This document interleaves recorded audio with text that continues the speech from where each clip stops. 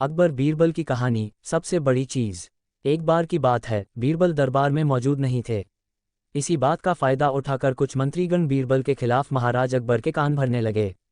उनमें से एक कहने लगा, महाराज, आप केवल बीरबल को ही हर जिम्मेदारी देते हैं और हर काम में उन्हीं की सलाह ली जाती है। इसका मतलब यह है कि आप हमें अयोग्य समझते हैं। मगर ऐसा नहीं है, हम भी बीरबल जितने ही योग्य हैं। महाराज को बीरबल बहुत प्रिय थे। वह उनके खिलाफ कुछ नहीं सुनना चाहते थे, लेकिन उन्होंने मंत्रीगणों को निराश न करने के लिए एक समाधान निकाला।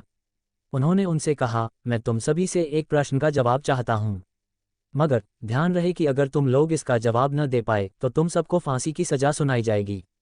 दरबारियों ने झिझक कर महाराज से कहा, ठीक है महाराज, हमें आपकी ये शर्त मंजूर है, लेकिन पहले आप प्रश्न तो पूछिए।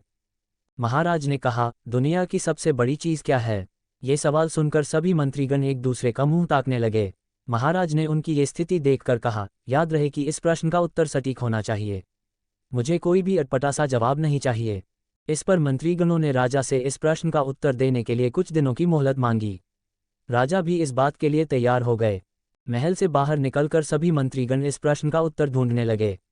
पहले ने कहा कि दुनिया की सबसे बड़ी चीज़ भगवान है, तो दूसरा कहने लगा कि दुनिया की सबसे बड़ी चीज़ भूख है।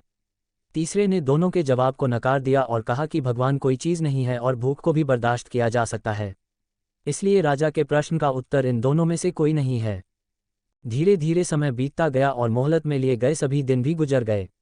फिर भी राजा द्वारा पूछे गए प्रश्न का जवाब न मिलने पर सभी मंत्रीगणों को अपनी जान की फिक्र सताने लगी।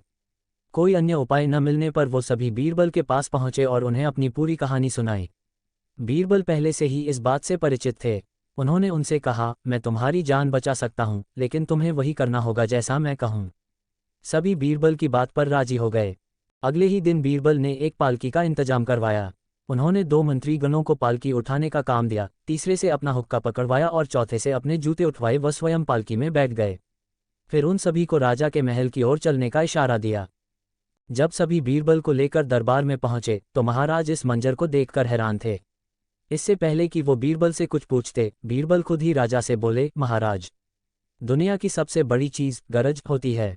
अपनी गरज के कारण ही ये सब मेरी पालकी को उठाकर यहाँ तक ले आए हैं। ये सुन महाराज मुस्कुराए बिना न रह सके और सभी मंत्रीगण शर्म के मारे सिर झुकाए खड़े रहे।